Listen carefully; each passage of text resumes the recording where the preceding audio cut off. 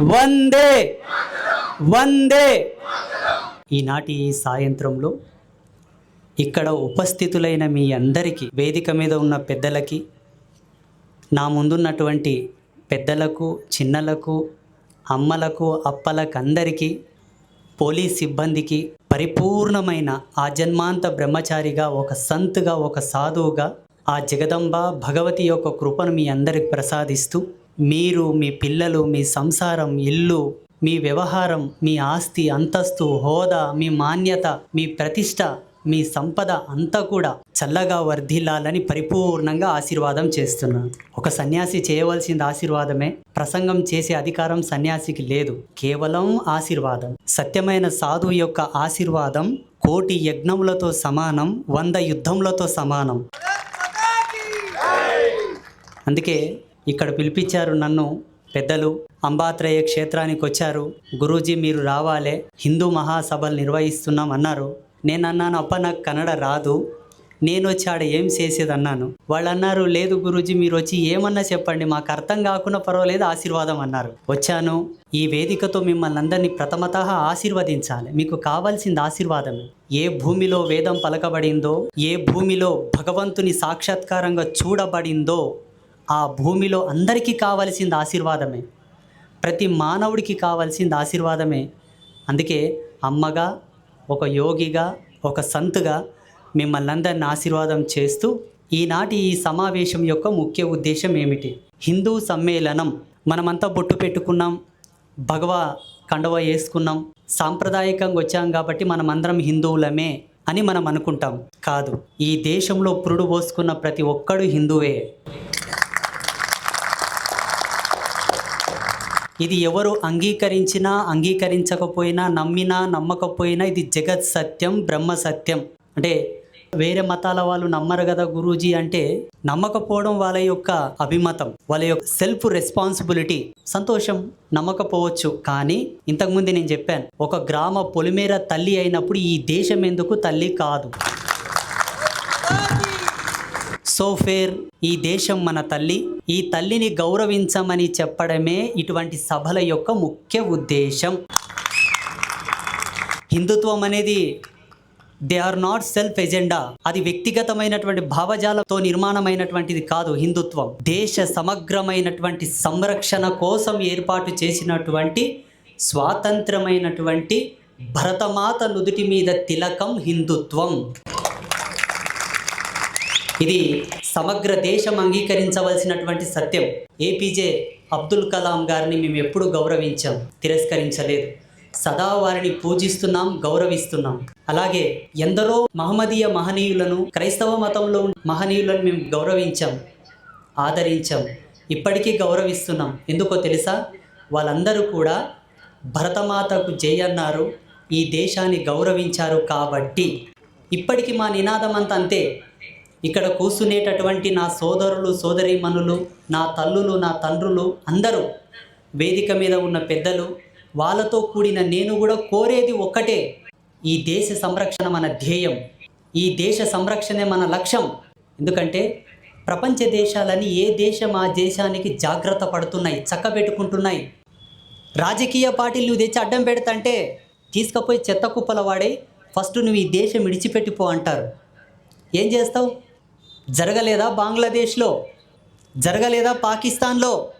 మేము మాట్లాడుతున్నది కేవలం మా జన్మ హక్కు గురించి మాట్లాడుతున్నాం.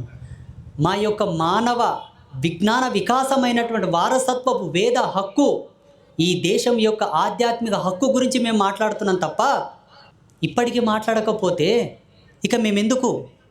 రేపటి మా తరాలకు మేమేమి సమాధానం చెప్పిపోవాలి? దీపు చంద్రదాస్ అనే ఒక వ్యక్తిని బంగ్లాదేశ్లో అంత కిరాతంగా చంపాల్సిన అవసరం ఏముంది? అవును, ఈ దేశంలో భరతమాత భరతమాత అంటున్నారు. భరతమాతకి ఎంతమంది మొగుళ్ళురా అన్నాడు ఒక్కడు. ఏం చేశారు? ఏం చేయలా. నోటి నుండి మాట జారి ఉండవచ్చు, సవరణ చేయండి, యావజ్జీవ కారాగార శిక్ష వేయండి, జైల్లో వేయండి. పోలీస్ స్టేషన్లు లేవా? గంత కఠినంగా చంపాల్సిన అవసరం ఏమొచ్చింది? ఉంది, అవసరం ఉంది. వాళ్ళు క్లారిటీగా ఉన్నారు, వాళ్ళకి అన్నీ తెలుసు, వాళ్ళ ఎజెండా ప్రోమో అంతా వాళ్ళకి ఫిక్స్ ఉంది. మనకే లేదు. మనకే లేదు. ఒకవేళ ఆలోచన చేయండి, పాకిస్తాన్లో హింగ్లాజ్ మాత శక్తిపీఠం ఉన్నది. ఈ ప్రపంచంలో మొట్టమొదటి శక్తిపీఠం ఏదయ్యా అంటే హింగలాజ్ మాత, the oldest temple in the world. మొన్న గౌరవ ప్రధాని వచ్చిన తర్వాత అక్కడ పూజలు స్టార్ట్ అయింది. ఏ దేవతకు పూజ చేసుకోవడానికి తప్పేమున్నది?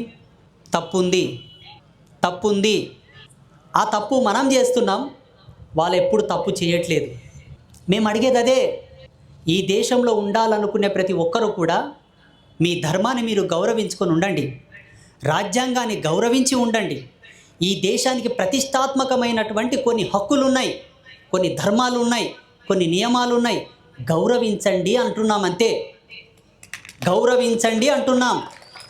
మొన్న ముంబైలో ముమ్రా ఒక ఏరియా, అక్కడ మున్సిపల్ కార్పొరేషన్ ఎలక్షన్స్ జరిగాయి. ఒక మాతృమూర్తి గెలిచారు ఎంఐఎం పార్టీ నుంచి. సరే, గెలిచింది, బాగుంది. భారత రాజ్యాంగం ప్రకారంగా తను ఒక పౌరురాలు కాబట్టి అందరూ ఓట్లేసి గెలిపించారు. చాలా సంతోషం. మేము కూడా గౌరవిస్తాం, స్వాగతిస్తాం. మహిళలకు అంత స్వాతంత్రం ఉందంటే ఎవరు గౌరవించకూడదు? నేనైతే ముందు గౌరవిస్తా. ఎత్ర నార్యస్తు పూజంతే రమంతే తత్ర దేవత అని చెప్పింది నా ధర్మం. లక్షల సంవత్సరాల కింద, ఇప్పుడు కాదు, నిన్న మొన్న అధికారం ఇచ్చింది కాదు. ఏ ధర్మంలో, ఏ రిలీజియన్లో స్త్రీని సాక్షాత్తు ఆదిశక్తి స్వరూపకంగా కూర్చోబెట్టి బ్రహ్మ విష్ణు మహేశ్వరుని ఆమె పాదాల కాడ కూర్చోబెట్టి పూజ చేస్తున్నారు? ఒకసారి చూడండి. మేము గౌరవిస్తాం, స్వాగతిస్తాం. గెలిచావు, బాగుంది. నీ పార్టీలో నువ్వు గెలిచావు, నీ ధర్మం గురించి నువ్వు చెప్పుకో. నీ ప్రజల యొక్క కష్టాలను విని వాళ్ళకి ఏమేమి లోటుపాట్లునే రాసుకో. రెయ్యన్న వగులు కష్టపడి వాళ్ళ కష్టాలు తీర్చు, వాళ్ళకు అన్నం పెట్టు, వాళ్ళ జీవితాలను అభ్యుదయ భావాలపైన నడిపించు. అంతేగాని తప్ప ఆ మాతృమూర్తి ఏమన్నదో తెలుసా? ఈ ముమ్రా ప్రాంతం మొత్తం ఆకుపచ్చ వర్ణంతో నింపేయాలి అంటుంది. హిందీలో చెప్పనా? అంటే నాకు మహారాష్ట్ర నుంచి ఒక 2 రీల్స్ పంపించారు అక్కడ వాళ్ళు. గురూజీ, ఇది చూడండి, మేము గత 45 సంవత్సరాలుగా ఈ ప్రాంతంలో ఉంటున్నాం, మాది తెలుగు రాష్ట్రమే, ఇక్కడ వచ్చి ఫిక్స్ అయిపోయాం, మేము ఇల్లు కట్టుకున్నాం, మేము జిహెచ్ఎంసీలో పనిచేస్తాం, ఈమె ఇట్లా మాట్లాడుతుంది, ఇది ఎంతవరకు వాస్తవము అని. సరేలేప్ప, మాట్లాడుకోక మీరు ఏమనకండి, మీరు కాముగా ఉండండి, మీ వరకు మీరు బ్రతకండి, హ్యాపీగా ఉండండి అని చెప్పాను. ఇప్పుడు ఎందుకు చెప్తున్నాను మీకంటే, ఈ దేశం ఎవడు ఒప్పుకున్నా ఒప్పుకోకపోయినా భూమి ఆకాశం ఉన్నంత వరకు ఈ దేశం హిందువులదే.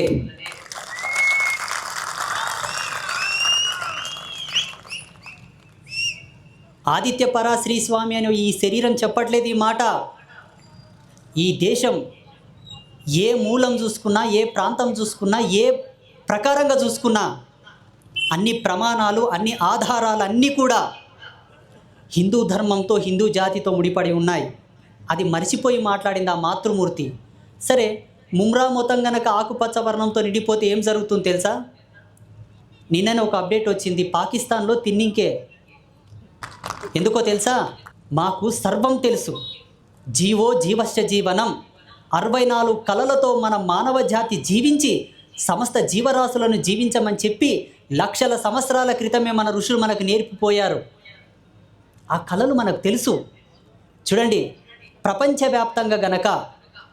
ప్రపంచవ్యాప్తంగా హిందూ ఐడియాలజీని గనక ఫాలో అయితే గ్లోబల్ వార్మింగ్ పెరగదు, మత కల్లోలాలు పెరగవు, అందరూ సుభిక్షంగా, సౌఖ్యంగా, శాంతిగా జీవిస్తారు. ఇది సత్యం. కానీ ఒప్పుకోరు. సంతోషం. ఒక ప్రాంతాన్ని ఆకుపచ్చ వర్ణంతో నింపాలని కోరింది ఒక మహిళామూర్తి, ఒక మాతృమూర్తి. ఆ కోరిక దేశమంతా కూడా నింపాలని కోరుతున్నారు ఇంకొంతమంది పెద్ద మనుషులు. ఒకవేళ వాళ్ళు కోరిన కోరిక తీరాలంటే మనమందరం ఇటువంటి సభలు ఏర్పాటు చేయకూడదు, మాట్లాడకూడదు. ఏమంటారు? మాట్లాడకూడదా? మాట్లాడాలి. మేము ఇదే వేదిక మీద ఒక మాట అంటున్నాము. చూడండి, మీరు ఇంకొక 100 మసీదులు కట్టుకోండి, 100 చర్చిలు కట్టుకోండి, మాకు అభ్యంతరం లేదు. బంగారు తాపడాలు పెట్టి కట్టించుకోండి, మాకు అభ్యంతరం లేదు. మేమేమనుకుంటామంటే మా ఋషులు భూమి అంతమయ్యేంత వరకు ఎందరో దేవదూతలు పుడతారు, దేవగణాలు పుడతారు, అవతార పురుషులు పుడతారు, సిద్ధ పురుషులు పుడతారు, ఎందరో యోగులు పుడతారని మాకు చెప్పిపోయారు. ఒకే దేవునితో పరిమితమైన వాడు గుడ్డివాడు అని కూడా చెప్పారు మాకు. మిమ్మల్ని కూడా ఆ వారసత్వంలో చేర్చుకుంటాం, మాకు ఏ అభ్యంతరం లేదప్పా. మాకు ఇమిడియడం తెలుసు, ఇమిడ్చుకోవడం తెలుసు, మాకు సర్దుకుపోవడం తెలుసు, మాకు అభ్యంతరమే లేదు. మేము కోరేది ఏదంటే, భారతదేశంలో స్థలానికి కొదవలేదు. నువ్వు కట్టుకోవాలంటే ఏదైనా ఒక మంచి ప్లేస్ ఎంచుకొని నీ విశ్వాస కేంద్రాన్ని నువ్వు కట్టుకో, గౌరవించుకో, మాకు అభ్యంతరం లేదు. మా దేవాలయాల పక్కలనే కడతానంటావు చూసావా, అక్కడ కాలుతుంది మాకు, అక్కడ కాలుతుంది. ఆడ మండిన తర్వాత మేము ఏం చేస్తాం, మా శైలిలో మేము సమాధానం చెప్తాం. ఆ సమాధానం ఏంది అనేది నీకు అర్థం కావాలంటే ఛత్రపతి శివాజీ మహారాజు చరిత్ర చదువు తెలుస్తుంది.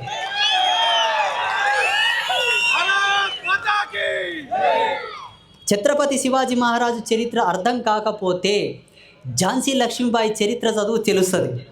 మేము కోరేది ఇదే, భారత రాజ్యాంగాన్ని గౌరవించండి, ఈ దేశ ధర్మాన్ని గౌరవించండి. మేము కోరేది అదే. నువ్వు ఎక్కడన్నా కట్టుకో, మాకు అభ్యంతరం లేదు. నీ మతాన్ని నువ్వు గౌరవించుకో, నీ ప్రార్థనలు నువ్వు చేసుకో, నీ చర్చిలో నువ్వేమన్నా చేసుకో, మాకు సంబంధం లేదు, మాకు అవసరం కూడా లేదు. ఎందుకంటే ఏదన్నా తిన్నింకే తిండి లేనివాడు వేరే ఇంటికి పోతాడు, ఏమని ఉంటే పెట్టండి అని. మాకేం తక్కువైందని మీతోనికి వస్తాం పాడుగాల. ఏం పొద్దువోక మీతోనికి రమ్మంటివే. మా ఋషులు ఏం చెప్పిండ్రంటే, చూడరా నీ పని ఎంత అయిపోయింది, నీ జాబ్ అయిపోయింది, నీ వర్క్ అయిపోయింది, అంత అయిపోతే కూడా ముక్కు మూసుకొని కళ్ళు మూసుకొని శ్వాస మీద ధ్యాస పెట్టుకొని కూర్చొని చెప్పారు. ఎందుకు వస్తాం మేము మీతోనికి, మాకు అవసరం లేదు. మా పెద్దలు చెప్పారు, అనాది నుంచి దశరథ మహారాజు పరిపాలించిన కాలంలో కూడా చెరసాలలు ఉండేవి, కృష్ణుడు పుట్టిన కాలంలో కూడా చెరసాలలు ఉండేవి. మా ఋషులు మాకు చెప్పారు, చూడప్ప కర్మ కొద్దీ ఏదైనా తప్పు చేసినావు అనుకో, ఒకవేళ తప్పు చేసి రాజు నిన్ను చెరసాలలో వేస్తే నువ్వు గుండెవాళ్ళకి చచ్చిపోకుండా నీకు ధ్యానం అనే ఒక ప్రక్రియ ఉంది, ధ్యానం చేసుకుంటూ ఆరాం ఉండని చెప్పారు మా వాళ్ళు. మాకు అన్నీ తెలుసాయా, మేము మీ జోలికి రాము. మీరు చల్లగా ఉండండి, హ్యాపీగా ఉండండి, మంచిగా బతకండి, బిలినియర్లు కాండ్రి, కోటీశ్వర్లు కాండ్రి, లక్షాధిపతులు కాండ్రి, మొత్తం ప్రపంచమే కొనేయండి, మాకు ఏ అభ్యంతరం లేదు, మేము మీ జోలికి రాము. మీరు కూడా ఈరోజు పరాశ్రీ స్వామి చెప్పినటువంటి వాక్కునే గౌరవించండి. చెప్పండి, నాలాంటి మత పెద్దలు కూడా అన్ని ధర్మాలలో ఉంటారు, పాస్టర్లు ఉంటారు, మహమ్మదీయ ప్రవక్తలు ఉంటారు. మీ సభా వేదికలో చెప్పండి, మన నమాజులు మనం చేసుకుందాం, మన ప్రార్థనలు మనం చేసుకుందాం, మన కట్టడాలు మనం కట్టుకుందాం. హిందూ అనే వాని జోలికి మనం పోవద్దు, వాళ్ళ మత విశ్వాసాలను మనం ఏమనొద్దు, వాళ్ళ గుళ్ళు గోపురాల జతకు మనం పోవద్దు, ఏ ఇబ్బంది సృష్టించొద్దు అని మీరు చెప్పగలిగితే, మీరు అనగలిగితే, మీరు నేర్పగలిగితే భారతదేశం ఎప్పుడైనా ఎల్లకాలము చల్లగా సుభిక్షంగా వర్ధిల్లుతుంది. మీరు చెప్పండి, హిందూ అనేవాడు నష్టన బొట్టు పెట్టుకొని ఈ భగవా రంగు ఎదమీనేసుకొని ఏ దేశం కన్నా ఎవడన్నా పోయి ఏదన్నా ఒక మత కల్లోలం సృష్టించాడా, ఎవరు నన్ను ఇబ్బంది పెట్టాడా? That is the Hindu credit.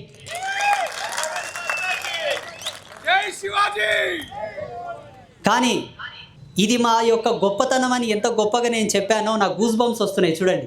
ఇది మా గొప్పతనం అని ఎంత గొప్పగా చెప్పానో, ఇంకొక మాట కూడా బాగా గుర్తుపెట్టుకోండి, మా జోలికి వస్తే కూడా వదలం.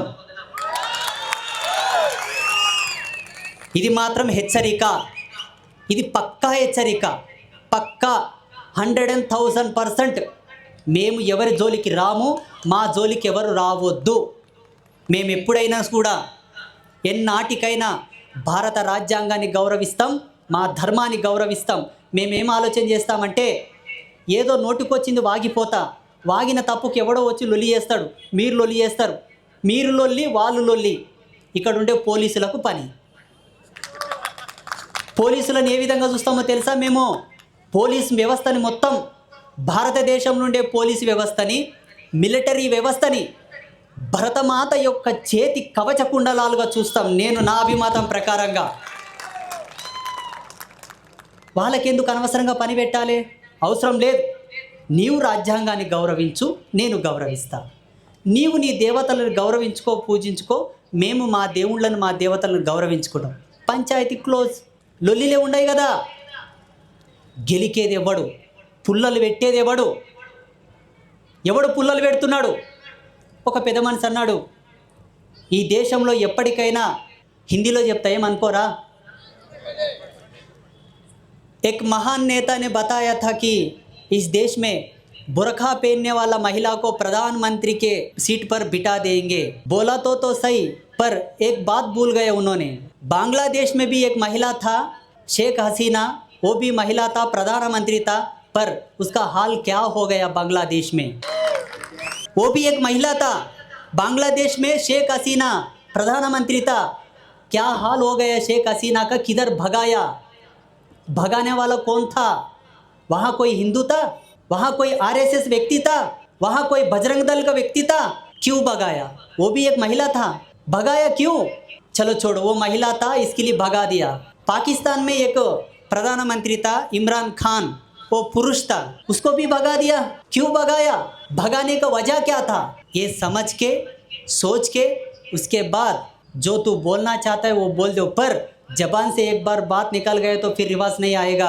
उसका परिणाम होना ही चाहिए था. ये भी याद रखो. ఈ మాటలు అన్నది కూడా ఒక పెద్ద వ్యక్తి. అవసరం ఏముంది మాట్లాడడానికి? చూడండి, ఈ దేశంలో అందరు చల్లగా ఉండాలంటే ఏ మాటకు ఆ మాట చెప్పుకోవాలి. సూర్య నక్షత్ర గ్రహరాశి మండలం సాక్షిగా, భూమాత సాక్షిగా భారతదేశం చల్లగా ఉండాలంటే హిందువే ప్రధానమంత్రి ఉండాలి.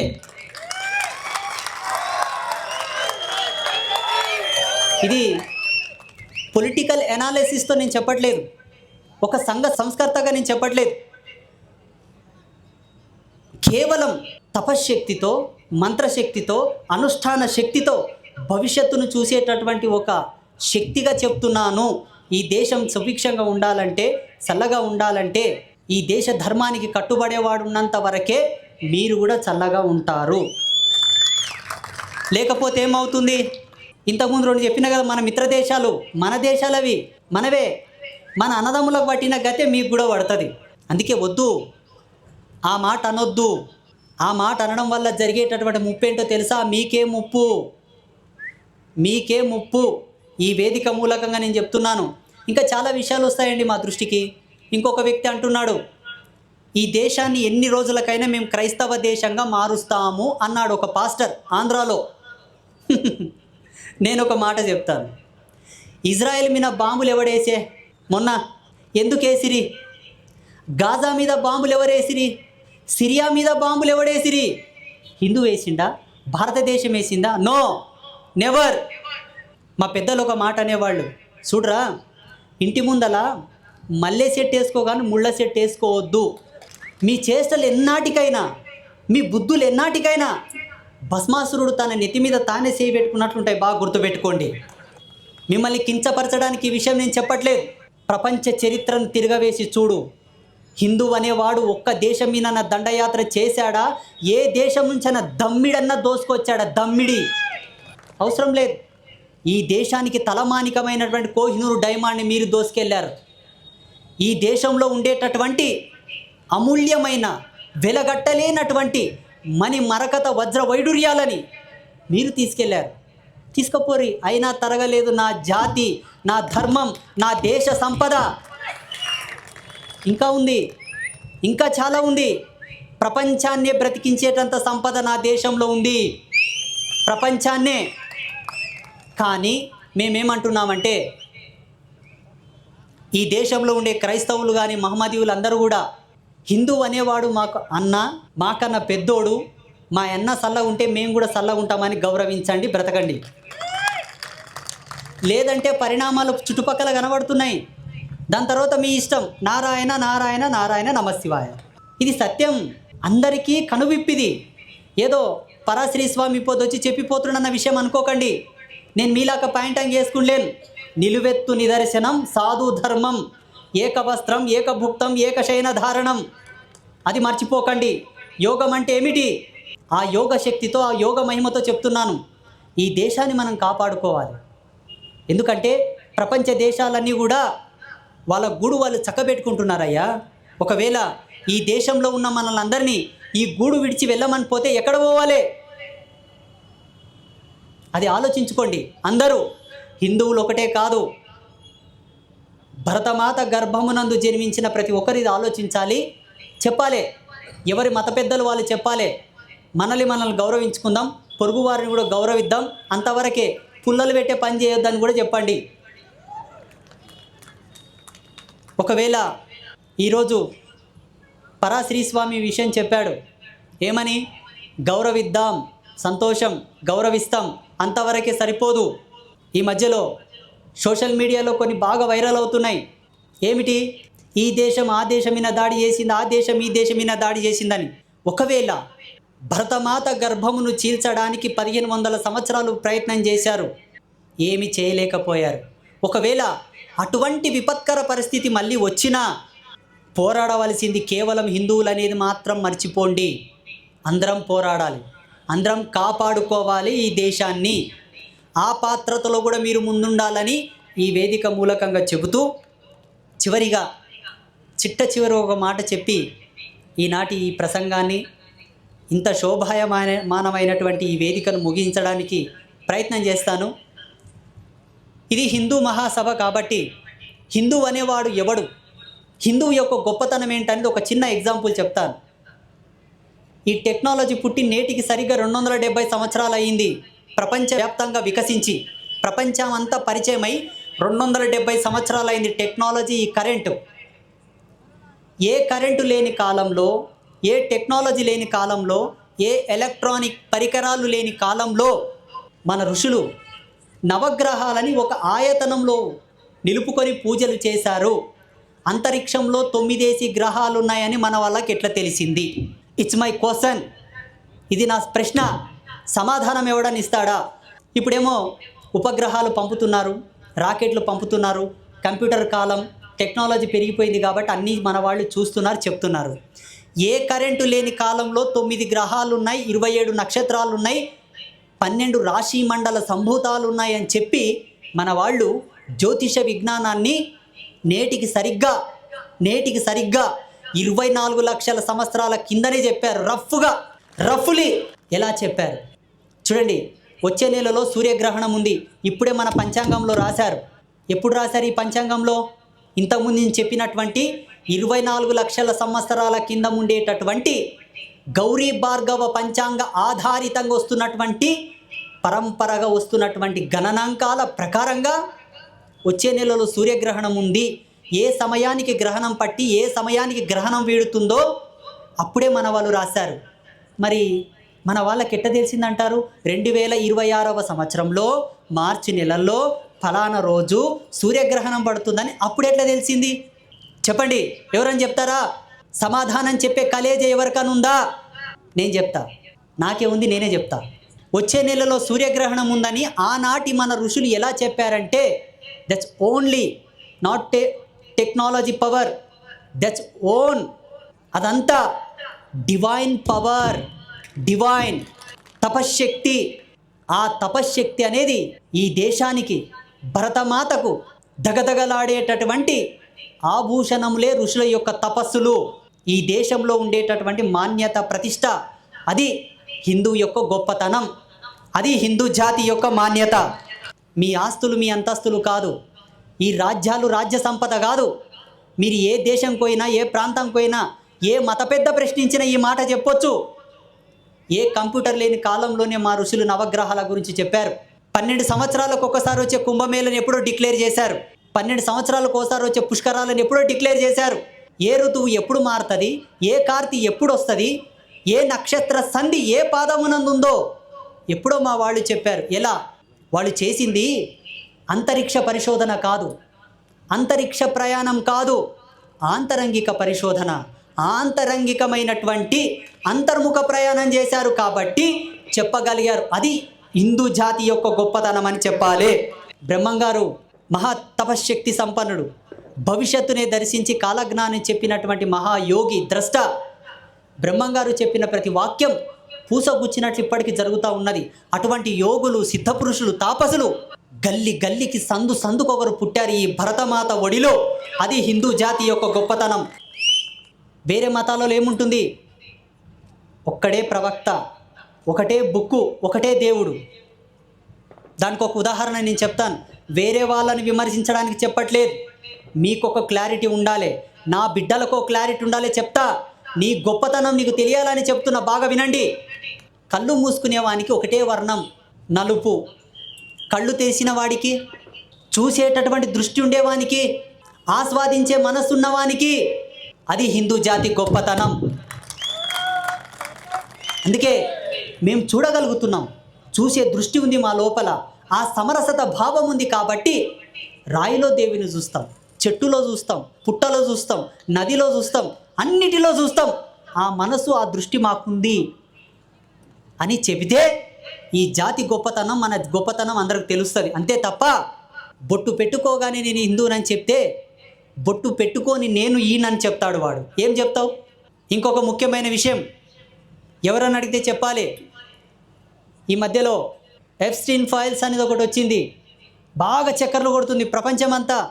పరాశ్రీ స్వామితో 3 సంవత్సరాల క్రితమే అంబాత్రయ క్షేత్రంలో వెలిసినటువంటి ముగ్గురమ్మలు భవిష్యత్తు వాక్కు పలికించారు. ప్రపంచ దేశాలన్నీ కూడా మనుషుల యొక్క రక్తం తాగేటటువంటి పిశాచుల్లా తయారవుతారు తప్ప ఒక్క సనాతన ధర్మం నష్టన బొట్టు పెట్టే జాతి ఎప్పుడేగా నా స్థితికి రాదు అని చెప్పించింది అమ్మవారు ఎప్పుడో. ఈ మధ్యలో బయటపడుతున్నాయి. చిన్న చిన్న పిల్లలంట, చిన్న చిన్న పిల్లల్ని హింసించి వాళ్ళ రక్తం దాగి పిశాచమైనటువంటి పైశాచిక ఆనందాన్ని పొందుతున్నారట. ఎవరు వాళ్ళు? ఏ ధర్మానికి చెందిన వాళ్ళు? ఒక్కసారి ఆత్మవిమర్శ చేసుకోవాల్సిన అవసరం ఉంది. చూడండి, నష్టన బొట్టు పెట్టడం అన్నది కేవలం ఒక విశ్వాసం కాదు. నీ నియంత్రణ, మనోనియంత్రణ, శారీరక నియంత్రణ. అది విజ్ఞాన శాస్త్రం మీద అనుభవం ఉన్నవానికి, మంచి సైంటిస్టుకు మాత్రమే తెలుస్తుంది ఈ బొట్టు యొక్క విలువ. అందుకే లక్షల సంవత్సరాల క్రితమే మన పెద్దలు మనకు నేర్పిపోయారు. చూడు, మనసు కోతి వంటిది, శరీరం దున్నపోతు వంటిది, దీన్ని ఎప్పుడే కానీ నియంత్రించలేం. అందుకే ఓషధీయ తత్వాలతో కూడుకున్నటువంటి ఇంత బొట్టు నీ నష్టాన వాడేసుకో, 24 గంటల్లో నీ ఇంద్రియాలన్నది కంట్రోల్ చేస్తుందని మనకు నేర్పిపోయారు. That is the spiritual science. చాలామంది మధ్యలో బొట్టు పెట్టుకోవాలంటే నామోషిగా ఫీల్ అవుతారు. తప్పు. బొట్టు పెట్టుకోని వాడెవడైనాను కూడా ఈనాడు ఎప్స్టీన్ ఫైల్స్ ఎలా జరుగుతున్నాయో అటువంటి భవిష్యత్తులో మీ వంశావళిలో కూడా జరగవచ్చు. బొట్టు పెట్టుకొని సావురి. ఇవన్నీ పిచ్చెక్కి పెట్టలేరు మన వాళ్ళు. ఇప్పుడు పోలీస్ ఆఫీసర్లు ఉన్నారు, డిఎస్పి కొన్ని స్టార్స్ ఉంటాయి, ఏఎస్పికి కొన్ని స్టార్స్ ఉంటాయి, కానిస్టేబుల్కి ఒక డ్రెస్ కోడ్ ఉంటుంది, ఇన్స్పెక్టర్కి ఒక డ్రెస్ కోడ్ ఉంటుంది, ఎస్ఐకి ఒక డ్రెస్ కోడ్ ఉంటుంది. That's only department rules. మన ఋషులు కూడా కొన్ని లక్షల సంవత్సరాలు మానవ జీవన విధానంతో కలిసి ప్రయాణం చేశారు, ప్రకృతితో కలిసి బ్రతికారు మన వాళ్ళు, ప్రకృతితో మాట్లాడారు. మన జెనెటిక్ థియరీ మీద కంప్లీట్ రీసెర్చ్ చేసినటువంటి ఘనత మన జాతికి ఒకటే ఉంది, ప్రపంచంలో ఎవరికి లేదు. ఒక్కసారి మానవ జన్మ నిర్మాణమునకు సంబంధించిన క్రోమోజోమ్స్ ఆ మూలకణం కనుక విచ్ఛేదనం చెందితే మళ్ళీ దాన్ని రీజెనరేట్ చేయడానికి ప్రపంచంలో టెక్నాలజీ లేదు. అందుకే మన వాళ్ళు ఏం చేస్తారో తెలుసా? రక్షాబంధనం అని ఒక పండుగను ఏర్పాటు చేసి అన్నా చెల్లెలు అక్కా తమ్ముడనే వావి వరుసలు నేర్పిపోయారు మనకు. ఇంతటి దార్శనికత ఏ ధర్మంలో ఉంది? గూగుల్ని అడగండి. ప్రపంచంలో భ్రూణ హత్యలు ఏ దేశంలో జరుగుతున్నాయి, ఏ మతం వికాసం చెందిన దేశాల్లో ఉండవు అడగండి, చెప్తాయి. ఈనాడు డాక్టర్లే నెత్తి కొట్టుకుంటున్నారు. మేనరికం అయిరాక పిల్లలు అంగవైకల్యంతో పుడుతున్నారు. మేనరికం వల్లనే అంగవైకల్యంతో కూడుకున్న పిల్లలు పుడుతున్నారంటే సొంతం ఒక రక్తం. ఒకవేళ అక్కా చెల్లెలతో తప్పు చేస్తే పుట్టే పిల్లలు ఎంత భయంకరంగా పుడతారు, మానవ జాతి మొత్తం సర్వనాశనం అవుతుందని లక్షల సంవత్సరాల కిందనే ప్రవేశపెట్టారు మన వాళ్ళు. రాఖీ కట్టు, దూరం పెట్టు, చల్లగా బ్రతుకు అని. ఇది హిందూ జాతి యొక్క గొప్పతనం. హిందుత్వాన్ని అర్థం చేసుకోవాలంటే, సనాతనుని అర్థం చేసుకోవాలంటే 1000 సంవత్సరాలు తపస్సు ప్రతి ఒక్కరు. 1000 సంవత్సరాలు ఇలా ఈ జాతి గొప్పతనాన్ని చెప్తూ పోతే మీరు ముసలుగైతారు, నేను ముసలుగైతా. నిన్న మొన్న పుట్టింది కాదండి. నేను అంబాత్రయ క్షేత్రంలో స్టార్ట్ అయినా ఈడికొచ్చి ముట్టిన ఇన్ని కిలోమీటర్ల దూరం ఇంత టైం చెప్పొచ్చు. అతల కుతల తలాతల రసాతల పాతాళ మహర్లోక భూవర్లోక సువర్లోక, ద 7 డైమెన్షన్ ఇన్ యూనివర్సల్. 7 డైమెన్షన్లు కిందికున్నాయి, 7 డైమెన్షన్లు పైకున్నాయి ఇప్పుడు చెప్తున్నారు శాస్త్రవేత్తలు. ఎప్పుడో మన వాళ్ళు చెప్పారు 7 ఊర్ధ్వలోకములు 7 అధోలోకములని. వాళ్ళు రాకెట్లో పోయి చూసి వచ్చిండ్రు ఏమన్నా? ఇప్పుడు రాకెట్లు వేసుకొని కనీసం చంద్రుడి మీద కూడా పోతలేరు. మనలో డీజిల్ అయిపోయిందని రిటర్న్ వస్తారు. ఇంజన్ వేడెక్కిందని ఇంజన్ బ్లాస్ట్ అయితే బెదురుకొని వస్తారు. ఎట్లా తిరిగినరు మన వాళ్ళందరూ? ఎవడన్నా హిందూ అనే వాడిని, హిందూ జాతిని ఎవడన్నా కించపరచాలని చూస్తే ఆషమాషి మాటలతో చెప్తే వినడు. ఇవి చెప్పాలి, ఇవి చెప్తే అవతల వానికి నోరెవ్వదు. ఎకతకైతే మనకు శాస్త్రాంగ నమస్కారం చేసిపోతాడు. ఈ విషయాలను మీకు చెప్పడానికి గల కారణం ఏంటంటే మన ధర్మం చాలా గొప్పది, మన జాతి చాలా గొప్పది, ఈ దేశం చాలా గొప్పది. ఎందుకో తెలుసా? ఒక కాశీ విశ్వనాథుని కార్బన్ డేటింగ్ చేయడానికి 72 దేశాలకు తలపానం తోకకొచ్చింది. ఎప్పటిదో అని తేల్చడానికే. చూడండి మన చరిత్ర ఎంత గొప్పది. ఇంత గొప్ప వారసత్వం, ఇంత గొప్ప మాన్యత ఉన్న మనము చిన్న చిన్న పిచ్చి పిచ్చి చేష్టల వల్ల, ఏంటివా పిచ్చి చేష్టలు? చిన్నపిల్లలు చాక్లెట్ కోసం కొట్లాడతారు చూడండి, అటువంటి పిచ్చి చేష్టల వల్ల ఈనాడు భరతమాత కన్నీరు పెట్టుకునేటటువంటి దశకు మనం తెచ్చాం. ఏంటో తెలుసా? చేష్టలు ఏంటో తెలుసా? 2 చేష్టలు. ఒకటి, నేను చాలా సభల్లో చెప్పాను, ఇక్కడ కూడా చెప్పాలని అమ్మవారు నాకు మెసేజ్ ఇస్తుంది కాబట్టి చెప్తున్నా, మళ్ళీ బాధపడకండి. కులం కులం కులం. అడవుల్లో ఉండేటటువంటి పశువులు పక్షులు ఏవి కూడా కులం అడవే మళ్ళీ బతకట్లేదా, చచ్చిపోవట్లేదా? మనిషినని గొప్పగా చెప్పుకుంటున్న నీకెందుకు అయ్యా కులము? ఎందుకు నీకు కులం? నీ కష్టం నీవు పడక తప్పదు, నీ బుక్క నీవు తినక తప్పదు, తిన్నది ఏరగక తప్పదు, నీ ఇల్లు నీవు ఊడ్చక తప్పదు, ఎన్కేసుకోక తప్పదు. కులం ఎంచితే ఏమొస్తుంది? 1 కోటి రూపాయలు వస్తావే, 100 రూపాయలు వస్తావే, ఎకరా భూమి వస్తుందే, ఓ జత బట్టలు వస్తావే, పుంతెమీనింత నూనె వస్తుందే, ఏమొస్తుంది కులం ఎంచితే? సరే పోని, నేను ఒక మాట చెప్తా. మంత్రాలయం రాఘవేంద్ర స్వామి ఉత్తర పీఠాధిపతి ఇప్పుడు ఉన్నాడు. ఇదే కర్ణాటక ప్రాంతంలో ఎందరో పీఠాధిపతులు ఉన్నారు. ఒక గొప్ప పీఠాధిపతితో పోయి, గురుదేవా కులం ఎంచొచ్చా, కులాన్ని చూడొచ్చా అని అడిగిరండి. ఓలో ఒకవేళ ఒప్పుకుంటే మీరందరూ కులాలు పాటించండి. పొరి రేపు పోయి ప్రశ్నించరండి, అడిగిరా పొరి. కులాలు చూడాలనా, అంటూ ముట్టు చూడాలనా, దూరం పెట్టొచ్చా, ఈ డిస్క్రిమినేషన్ ఫాలో చేయాలనా అని ఒక గొప్ప పీఠాధిపతిని, ఒక గొప్ప తపశ్శక్తి సంపన్నను అడిగిరండి. ఆయన ఒకవేళ కులాలు పాటించాలని చెప్తే మీరు పాటించండి. లేదు, ఒక పెద్ద రాజకీయ నాయకుని, ఒక మంచి విశ్లేషకుని, వెల్ ఎడ్యుకేటెడ్ పర్సన్ని పోయి అడగండి. ఒక ఐఏఎస్ ఆఫీసర్ని అడగండి, ఒక ఐపీఎస్ ఆఫీసర్ని అడగండి, సార్ కులాలు పాటించాలనా, కులాల మధ్యలో అంతరాయం చూడాలనా అని అడిగిరండి. వాళ్ళు పాటించమంటే పాటించండి. చెప్తారా? మళ్ళీ వాళ్ళు అంత గొప్ప వాళ్ళే పాటించొద్దని చెప్పేటప్పుడు మీరెందుకు పాటిస్తారు? మీరు పీఠాధిపతుల కన్నా తపోమూర్తుల కన్నా గొప్పోళ్ళ? అంత గొప్ప ఆఫీసర్ల కన్నా మీరు గొప్పోళ్ళ? ఇది ఈనాడు భరతమాత రోధిస్తుందంటే కేవలం దీని కారణమే. ఏందో తెలుసా? కులం అనే ఉచ్చులో పడిపోయి నా బిడ్డలు పిచ్చి కుక్కల్లాగా కొట్లాడుతున్నారని భరతమాత ఏడుస్తుంది. ఆ తప్పు మనం చేయొద్దు. ఆ తప్పు కనుక మనం చేయాల్సి వస్తే బంగ్లాదేశ్లో జరిగేది మన ఇంట్లో జరుగుతుందని రోజు లైవ్ వీడియోలు చూడండి. పాకిస్తాన్లో జరిగేది రోజు మన దేశంలో మన ఇంట్లో జరుగుతున్న లైవ్ వీడియోలు చూడండి. ఎందుకోసం చెప్తున్నాను తెలుసా? ఈ దేశం విభజన చెందినప్పుడు 1,70,000 మంది పాకిస్తాన్లో దళితులు ఉండేవాళ్ళు. ఇప్పుడు ఒక్కడు కూడా కనబడాడు. ఏమైపోయి? భూమాత దీనేనా, ఆకాశం ఎత్తుకపోయినా? అది ఇంకొక చిన్న మిస్టేక్ ఏందో తెలుసా మన వాళ్ళది? ఇంతకుముందు చిన్నపిల్లలు కొట్లాడినట్లు చెప్తే కదా, ఇప్పుడు గుడ్డోడు కొట్లాడినటువంటి సంవాదం ఒకటి ఉంది మన మధ్యలో. ఏంటో తెలుసా? రాజకీయం అనే మహమ్మారి. అయితే ఏమైందంటే ఒక పెద్ద మనిషి ఉంటాడు కాంగ్రెస్ పార్టీ లీడర్, ఇంకో పెద్ద మనిషి ఉంటాడు బీజేపీ పార్టీ లీడర్, ఇంకో పెద్ద మనిషి వేరే పార్టీ లీడర్. ఉండుకోకో, భారత రాజ్యాంగం ప్రకారంగా నీకు ఒక ఓటేసే హక్కు ఉంది, నీవు ఓ పార్టీని ఎంచుకుంటావు, దాట్స్ యువర్ ఫ్రీడమ్, నీ స్వేచ్ఛ, ఎంచుకో. ఏ పార్టీల నుండి మాకు సంబంధం లేదు. దేశం గురించి మాట్లాడాలి, ధర్మం గురించి మాట్లాడాలి. దేశం గురించి ధర్మం గురించి మాట్లాడాలి. పార్టీ పెద్దలతో చెప్పాలి, పార్టీ కోసం నేను ప్రాణం ఇస్తా, పార్టీ కోసం నేను ప్రాణం ఇస్తా, ఏమైనా కష్టపడతా.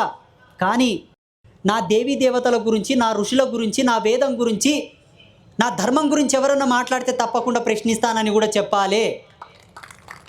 ఇలా ఈ దేశంలో ఉండేటటువంటి ప్రతి పౌరుడు, ప్రతి నాయకుడు, ప్రతి బిడ్డ తయారు కావాలని చెప్పి భరతమాత కోరుకుంటుంది. కాబట్టి భరతమాత వాక్కుగా నేను మీ అందరికీ చెబుతున్నాను, మీ అందరూ కూడా ఈ వాక్కును గౌరవించాలి. దీని మీ పరంపరగా మీ పిల్లలకు చెబుతూ చచ్చిపోవాలి.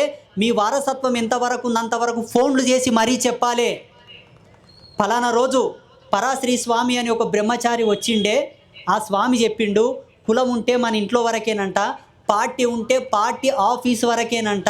సభ్య సమాజంలోకి వచ్చి నష్టన బొట్టు పెట్టుకొని ఇంట్లో పూజలు చేసుకొని దీపం వెలిగించుకొని తిరుపతికి పోతున్నాం, శ్రీశైలం పోతున్నాం, మంత్రాలయం పోతున్నామంటే తప్పకుండా పార్టీలన్నీ కలిసి ధర్మం గురించి పోరాటం చెయ్యాలంట అని చెప్పాడని చెప్పండి. ఇది ఈ వేదిక మూలకంగా జగదంబలైనటువంటి త్రిమాతలు నాకు చెప్పమని చెప్పినటువంటి వాక్కు నేను మీకు చెబుతున్నాను. ఇంకొక చిన్న మాట, వ్యక్తిగతమైన కారణాలు అడ్డు పెట్టుకొని, వ్యక్తిగతమైనటువంటి వ్యవహారాలు అడ్డు పెట్టుకొని మన ధర్మాన్ని తృణీకరించకూడదు, తూలనాడకూడదు. ఉదాహరణకు ఒక మాట చెప్తాను. ఇంటి పక్కల ఎవడో చిన్న జాగ కోసం పంచాయతీ చేసింటాడు, అది అంతవరకే పెట్టాలి, దాని ధర్మం మీద పులుమొద్దు. సేనుకాడు ఎవడో ఏదో పంచాయతీ పెట్టింటాడు, అది అంతవరకే పెట్టాలి, దాని ధర్మం వైపు తీసుకురావద్దు. ఇది కూడా మీ లిస్టులో పెట్టుకోండి. ఇటువంటి అనర్థాల వలన ఆ కాస్త పంచాయతీ తీసుకోవడానికి శత్రువుతోనో చేయిలు కలుపుతున్నారు, మన వాళ్ళ మీద మన వాళ్ళే దాడులు చేయిస్తున్నారు. ఇది కూడా ఒక తప్పు, బాగా గుర్తుపెట్టుకోవాలని చెబుతూ, మరి ఇప్పటికే సమయం చాలా అయింది. మీ అందరూ కూడా చాలా అలసిపోయారు. నాకైతే ఆసర రాలేదబ్బా. ఇంకొక 10 గంటలు చెప్పమని చెప్తా నేను. ఎందుకో తెలుసా? ఆకులు తిన్న మేక కొండలు ఎక్కిందంట, మేకలు తిన్న మనిషి మంచం ఎక్కిందంట. మీరందరూ మేకలు కోళ్ళు వీక తింటారు కదప్పా, అందుకే మీకు జల్దీ, మాకు రాదది.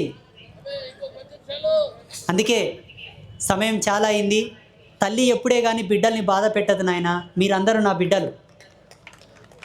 ఏదైనా కానీ మీ బాధను నేనే చూడాలి, ఇంకెవరు చూస్తారు?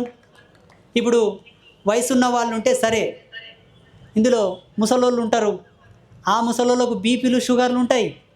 ప్రతి 5 నిమిషాలకు ఒకసారి పోయి రావాలి. ఎందుకు ఇబ్బంది పెట్టడం చెప్పండి? సభా మర్యాద కూడా కాదది. సభా మర్యాద ఏంటంటే 45 నిమిషాలు మాట్లాడాలి, అవసరం అనుకుంటే విశ్రాంతి తీసుకొని మాట్లాడాలి. ఓ గంటలు గంటలు మాట్లాడితే సభా సరస్వతి బాధపడుతుంది. కాబట్టి సమయం చాలా అయ్యింది. నా నాడి నాకు సిగ్నల్ ఇస్తుంది. కాబట్టి మరొకసారి మిమ్మల్ని అందరినీ మనసుపూర్తిగా ఆశీర్వదిస్తూ, ఈ దేశాన్ని, ఈ ధర్మాన్ని, భరతమాతని కాపాడేటటువంటి తత్వంలో, ధర్మంలో పరాశ్రీ స్వామి ఎప్పుడూ ముందుంటాడు. ఎవరు వచ్చినా రాకపోయినా, ఎవరు ముందున్నా ఉండకపోయినా, ఈ వేదిక మూలకంగా నేను చెప్తున్నాను. అనేక వేదికలతో నేను చెప్పాను, పంచుకున్నాను. నాకు ధర్మం అంటే ప్రాణం, ఈ దేశం అంటే ప్రాణం. ఈ దేశం కోసం, ఈ ధర్మం కోసం దేనికైనా నేను సిద్ధం, దేనికైనా నేను రెడీ.